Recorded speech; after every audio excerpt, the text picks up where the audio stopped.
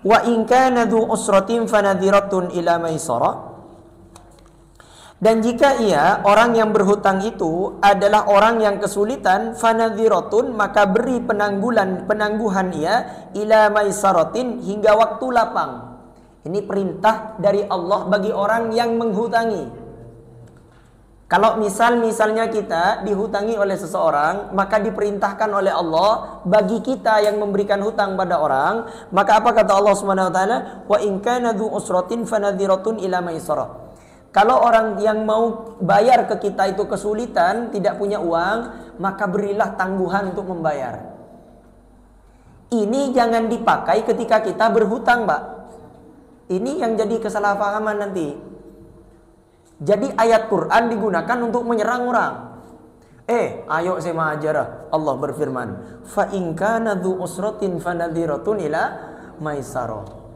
Kalau kamu lagi berhutang, maka berilah. Kalau kamu sedang memberikan hutang, maka berilah tanggal batasan waktu. Beri keringanan waktu. Yocol orang. Ya kadang keler ini. Wa anta saddaqu, dan bahwa kalian sedekahkan, bebaskan hutang itu. Nah, khairul lakum, itu lebih baik bagi kalian, in kuntum ta'lamun, apabila kalian tak tahu. Ayat ini dipakai kita apabila kita sedang memberi hutang, bukan kita lagi berhutang, Pak.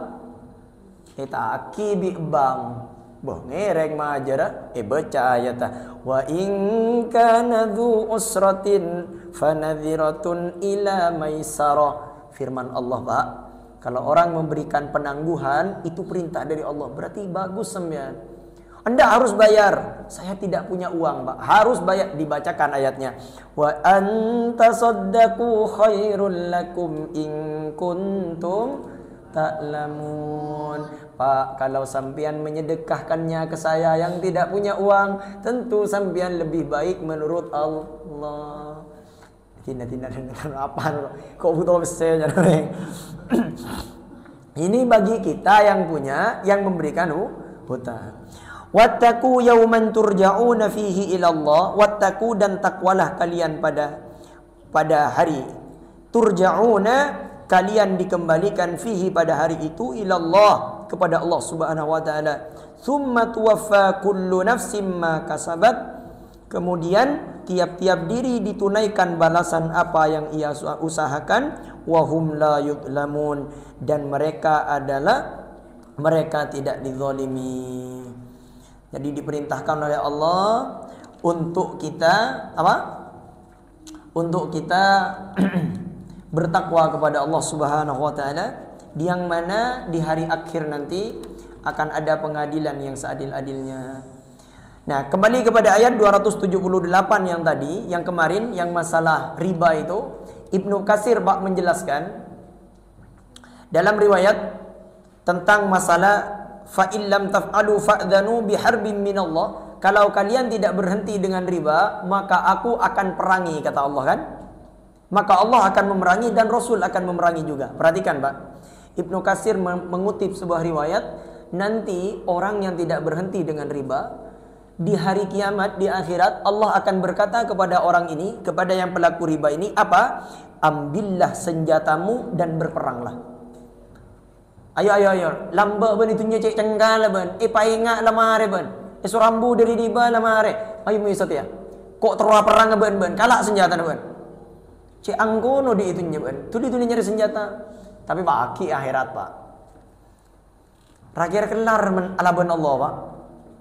Dah kelar. Pemelengan cetak lemosan. Jadi orang amoso ben presiden beri tak tenang modin, Pak. Orang amoso ben polisi beri nyaman, Pak. Tako. Amoso ben orang biasa tako, Pak. Orang mun amoso bi orang tak nyaman. Mangkana kanca saibuh arasa lekeh, moso situng arasa salah. Orang mun batapan amoso bi orang selebete lauk takok tatemu. Selebete dia je takok takepok. Seka temur tepak romane di temur. Sentara kabere repot, tak nyaman. Musuh ben manusia bosang, apalagi bermusuh dengan Allah. Wallahi tidak akan pernah mendapatkan kebahagiaan orang yang melakukan riba, Pak. Tidak. yang dimakan haram. Makanya dulu saya membaca sebuah anekdot lah. Setan ini katanya berkelompok dengan setan-setan yang lain. Yang satunya bilang, apa yang kamu lakukan hari ini? Katanya yang satunya, saya sudah membuat orang berperang, saya sudah membuat orang bunuh orang. Terus satunya setannya bilang, oh kamu itu untuk membuat orang bertengkar itu sulit. Untuk membuat orang bertengkar, ngat dua orang atau karena kan malah apa? Nah, jadi mula orang berhasil Pak Tokar berarti setan berhasil. Nggak sampang diberi, naudzubillah semoga tak terjadi mulai ini. Ada yang membuat mencuri, sulit kan? Di antara kita disuruh mencuri kan sulit Pak, karena takut ketahuan orang ini semacamnya. Takut malu, ada yang disuruh mabuk takut, ada yang disuruh berzina takut, ada yang disuruh selingkuh takut. Tapi ada katanya setan ini bilang, oh kalau saya enggak repot-repot katanya. Kalau orang disuruh berzina itu kesulitan karena caranya harus dipersiapkan betul. Saya itu hanya merayu manusia agar dia makan yang haram. Karena kalau dia sudah makan yang haram, maka Allah tidak akan menerima semua amal ibadahnya. Allah tidak menerima orang yang melakukan yang pakaiannya haram, tidak diterima oleh Allah. Sholat orangnya Pak, rajin ke masjid, cuma tidak dapat pahala apa-apa. Baca Qurannya setiap hari, cuma makan riba, tidak dapat apa-apa, tidak diterima sama Allah. Ini luar biasa. Makanya kalau kita terbersit untuk makan yang riba ini, kita melakukan perkara riba, berpikir Pak, kita capek-capek sholat, zom, ternyata yang kita tunai selama ini, kita sedekahkan kita oleh pahala, padahal tidak dapat pahala apa-apa. Nah ini kita na'udzubillah min dzalik. Kemudian, ya ayyuhalladzina amanu, wahai orang-orang yang beriman, idza tadayantum, apabila kalian berhutang, hutang piutang, bidainin dengan suatu hutang, ila ajalim musamma, sampai batas yang ditentukan, faktubuhu, maka kalian catatlah itu. Perhatikan, bab hutang, jangan pernah main-main dengan hutang, catat Pak. Kalau bukan kita yang membayar, maka istri kita nanti kalau kita meninggal. Kalau bukan istri kita, mungkin anak kita. Kalau bukan anak kita, mungkin cucu kita. Hutang tidak bisa selesai kecuali dibayar. Tidak bisa dengan hanya sholat tahajud, sholat taubat minta ampun kepada Allah, tak bisa. Harus bayar Pak, harus bayar. Wal yaktub bainakum katibun bil adli, dan hendaklah juru tulis di antara kalian menuliskan dengan adil.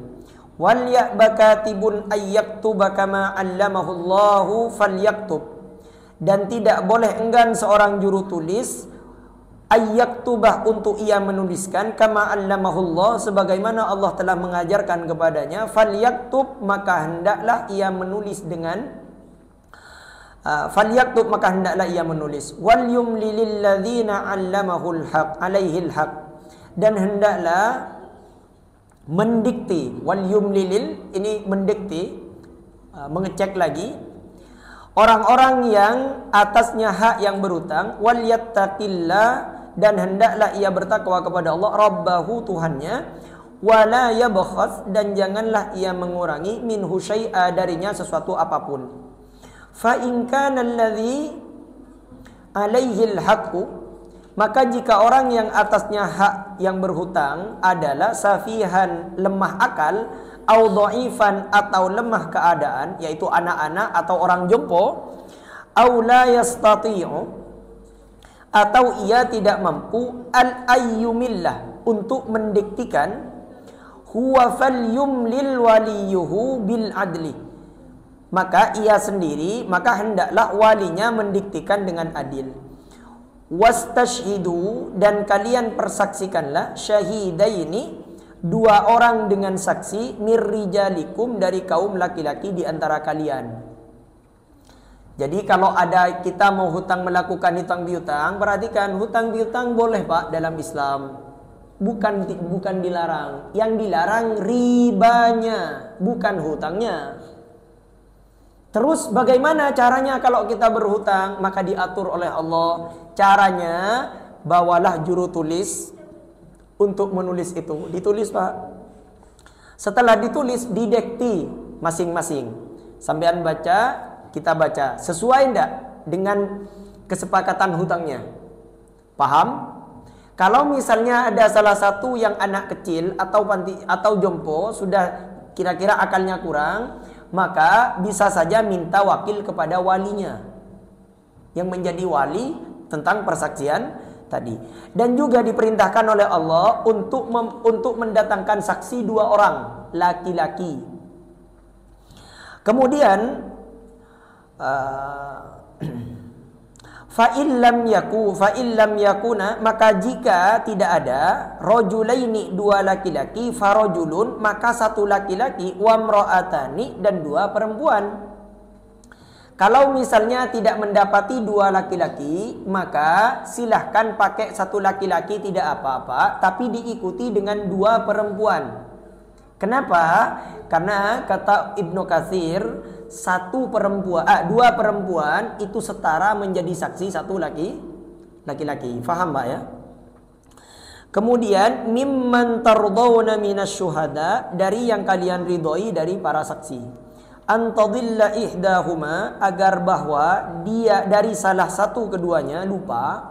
Kenapa kok harus 2 orang? Kalau misalnya salah satu di antara keduanya ada yang lupa, ada yang satu yang ingat. Fatudzakir, maka mengingatkan ihdahumal ukhra, salah seorang yang lain dari keduanya. Wala ya'bas syuhada, dan janganlah para saksi enggan idza ma du'u, tatkala mereka dipanggil untuk bersaksi. Wala tas'amu, dan janganlah kalian jemu, antaktubuhu, untuk kalian menuliskannya, sawiron, yang kecil, au kabiron, atau yang besar, ila ajalihi, sampai batas waktunya. Ini perhatikan kata Allah. Ini Pak, kita hadirin jemaah sekalian, ketika berdereng autan, kita tulis Pak, ini dapat pahala Pak, karena ini perintah Allah. Jadi jangan dibayangkan kita beribadah hanya sholat, tidak Pak. Ketika kita mentaati perintah Allah dalam Quran, itu pahala juga. Begitupun kita lalai terhadap perintah Allah dalam Quran, itu juga disiksa juga, maksiat juga Pak. Karena nanti di akhirat yang akan ditanya bukan hanya sholat, semuanya ditanya. Bagaimana perdagangannya, bagaimana pinjang meminjangnya, ditanya oleh Allah semuanya. Makanya diatur au saghiran au kabiran ila ajali, meskipun itu kecil ataupun besar ditulis perjanjian. Dzalikum, demikian itu, aqsatu indallah, demikian itu lebih adil indallah, di sisi Allah, wa aqwamu lisyahadati, dan lebih memperkuat bagi persaksian, wa adna, dan lebih dekat, alla tartabu, agar kalian tidak ragu-ragu, illa antakuna, kecuali bahwa itu adalah tijaratan hadiratan, perdagangan tunai, tudirunaha, yang kalian jalankannya, bainakum, di antara kalian. Falaisa alaikum junahun, maka tiada dosa atas kalian, alla taktubuha, untuk tidak menuliskannya. Kalau jual beli, karena jual beli itu langsung Mbak, langsung beli cash, maka meskipun tidak ditulis tidak apa-apa. Wa ashidu idza tabayatum, dan kalian persaksikanlah apabila kalian berjual beli, wala tudarra katibun wala syahid, dan juru tulis janganlah dipersulit, dan janganlah pula seseorang saksi. Wa in taf'alu, dan jika kalian melakukan larangan itu, fa innahu fusukum bikum, maka sungguh itu kefasikan pada kalian. Wattaqullah, dan kalian bertakwalah kepada Allah. Wa yu'allimukumullah, dan Allah akan memberi pengajaran kepada kalian. Wallahu bikulli syai'in alim, dan Allah dengan segala sesuatu maha mengetahui. Di sini ada rumus Pak, ini yang sering dipakai oleh ulama. Kalau kita menginginkan ilmu kita bertambah, kalau kita menginginkan anak kita, keluarga kita, kerabat kita menjadi orang yang alim, menjadi orang yang pintar, maka rumusnya dalam Al-Quran, wattaqullah, bertakwalah kepada Allah. Wa yu'allimukumullah, karena Allah akan mengajarkan kepada orang tersebut kalau dia bertakwa kepada Allah. Ustadz, masa Allah mampu mengajarkan Ustadz? Kalau kita bertakwa, kalau misalnya kita bertakwa itu bisa menambah kecerdasan kita, bisa menambah pengetahuan kita Ustadz. Masuk akal. Kenapa? Dilanjutkan ayatnya, wallahu bikulli syai'in alim, karena Allah terhadap semua sesuatu itu tahu. Kepada ilmu biologi Allah tahu Pak? Tahu. Kepada sosiologi tahu. Kepada hukum tahu. Semua tahu. Karena Allah yang maha tahu, jadi masuk akal kalau orang bertakwa kepada Allah, mendekati Allah, maka Allah akan mengajarkan ilmu-ilmu kepada orang tersebut. Baik, kita break sebentar karena azan.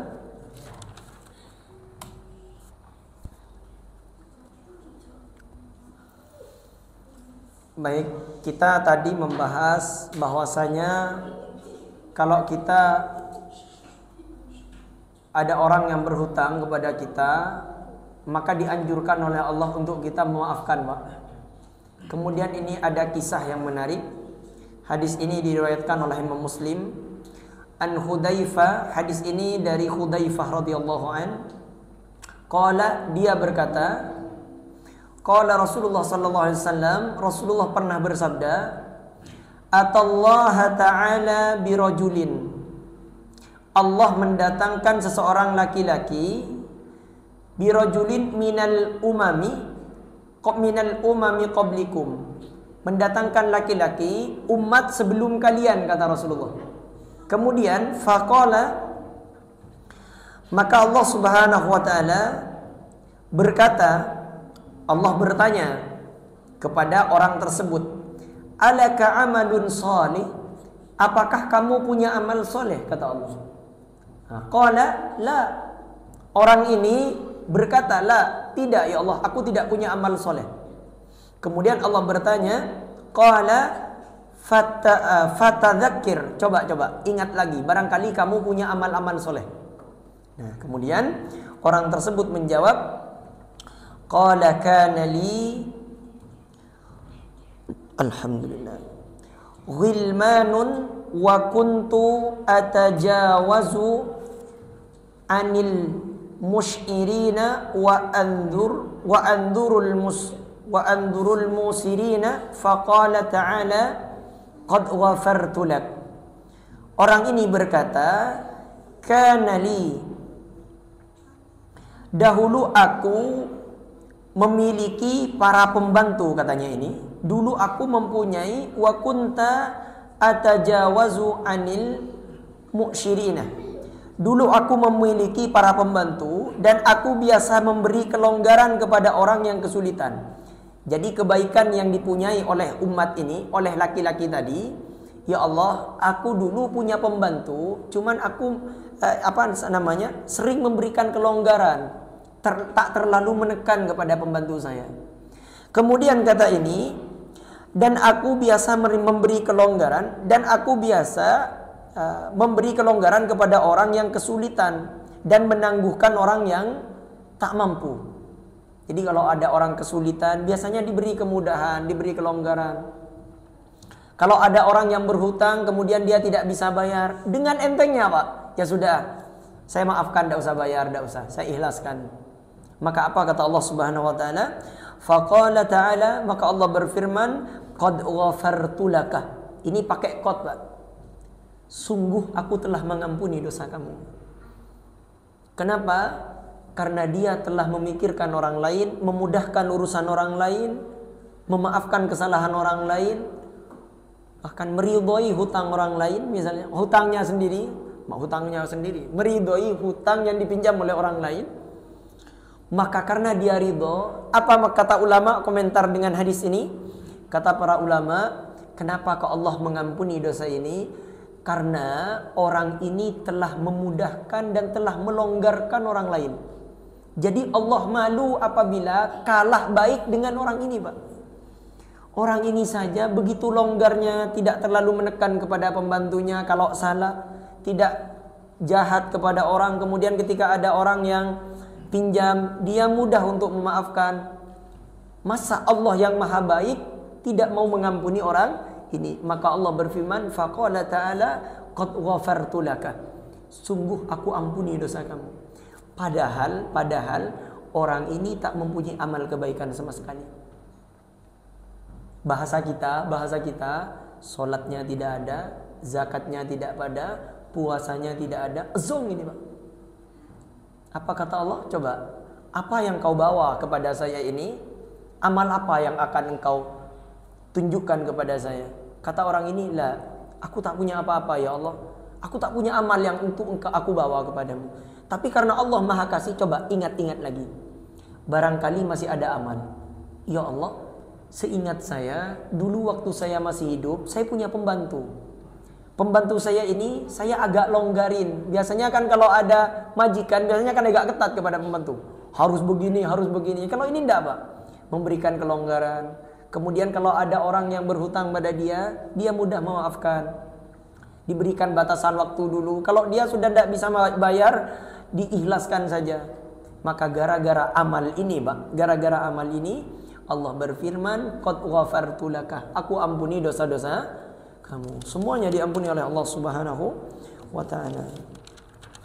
Kemudian ini terakhir, wa in kuntum ala safarin, dan jika kalian ada dalam perjalanan, benar Pak ya? Dan jika kalian ada dalam perjalanan, walam tajidu, dan kalian tidak mendapati katiban farihan, tidak mendapati juru tulis, farihanun, maka berilah jaminan, makbudatun, yang dapat dipegang. Jadi kalau misalnya tidak ada, karena perjalanan kesulitan untuk menulis, maka beri jaminan Pak. Jadi dalam Islam dianjurkan untuk memberikan jaminan.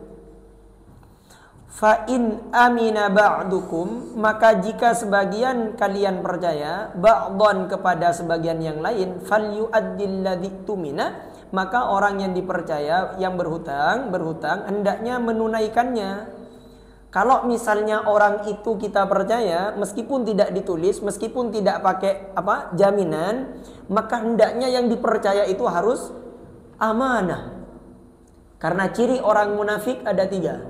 Ketika berbicara berdusta, ketika berjanji berbohong, ketika dipercaya khianat. Ini ciri-ciri orang munafik. Amanatahu, amanahnya yaitu hutang tadi, wal yattaqillah, dan bertakwalah kepada Allah, rabbahu, Tuhan kamu, Tuhannya. Wala taktumus syahada, dan janganlah kalian sembunyikan persaksian.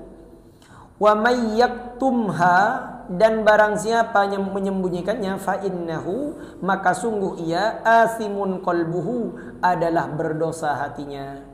Wallahu bima ta'maluna alim, dan Allah dengan apa yang kalian kerjakan, Allah Maha mengetahui. Ini bagi para saksi. Kalau dia menjadi saksi, maka bersaksilah dengan saksi yang benar. Seandainya umat Islam mengikuti aturan Allah ini Pak, maka selesai ini.